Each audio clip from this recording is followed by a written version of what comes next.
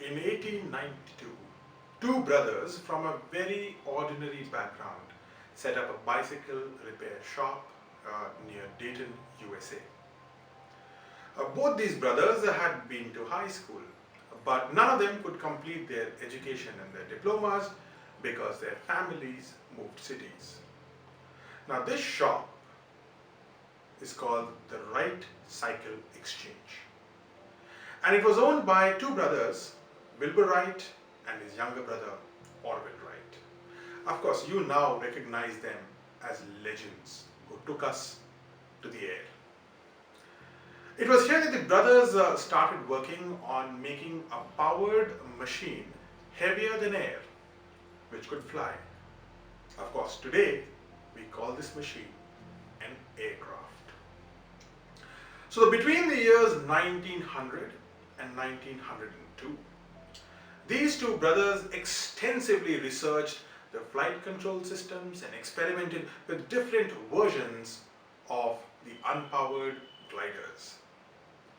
Of course, the two brothers correctly reasoned that a free flying object had to be controlled along three primary axes. And these axes were roll, pitch, and yaw. They built airplanes with movable surface on the wings, the elevator and the rudder, and the control of the surface of this plane was given to a pilot. Now, even today, whether it's a large aircraft or a small aircraft, all of them are controlled by these three motions and the control systems I just told you.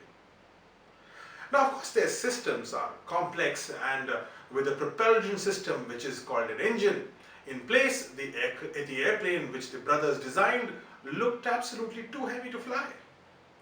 But the brothers kept working on their model until they became the first people to fly a controllable, self-propelled, heavier-than-air machine on the 17th of December 1903.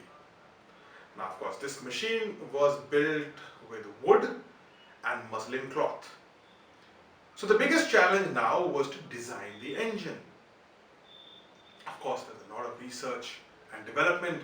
The brothers identified an engine which was way ahead of its time. And when the day came, the brothers tossed a coin to decide who would be the first one to fly. Now, it was dangerous to be the first one to fly the first aircraft. So Orville won the toss. And at 10:35 a.m. in the Kill Devil Hills, where they had set up their camp, the younger brother, Orville Wright, flew the first powered human flight for exactly 12 seconds. 12 seconds. And it went on only about 37 meters. The next two flights were flown by Wilbur and then Orville again on the same day, and they did slightly better, this time covering 50 and 60 meters. And 60 meters was the big record. And while these flights were only a little more than a long hop, at that time, these flights were the giant leap into air, into space itself. We established that anything which is heavier than air can also be made to fly.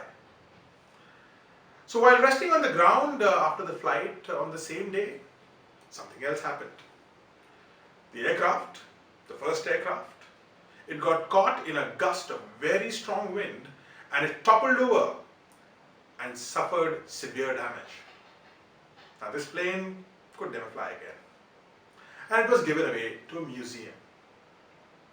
And if you ever happen to go to Washington, D.C., USA, you should visit a place called the Smithsonian Aerospace Museum, where you can see this first aircraft which could actually fly.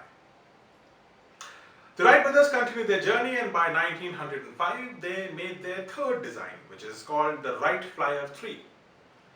On one occasion in October 1905, the plane flew a full 33 minutes and covered a long distance of 40 kilometers. This was the 46th flight. It was again piloted by Orville, the younger brother, and it proved that flying in an aircraft was not only possible, but it was absolutely faster than traveling on ground. This was the foundation of aviation industry. So after the successful development of the first few airplanes, the Wright brothers continued to be involved in the aerospace technology. Orville was also one of the original members of the National Advisory Council on Aeronautics, NACA, and NACA is the parent body which is now NASA, which is NASA. And all of you know what NASA is. The achievement of the Wright brothers marked the beginning of a new era of human flight, leading to the development of propellers, jet engines, fighter planes, huge commercial airlines in the following decades. It all started with that first flight, which could never fly again, and it's in a museum. So today we remember these two great brothers on the occasion of the anniversary of the first flight.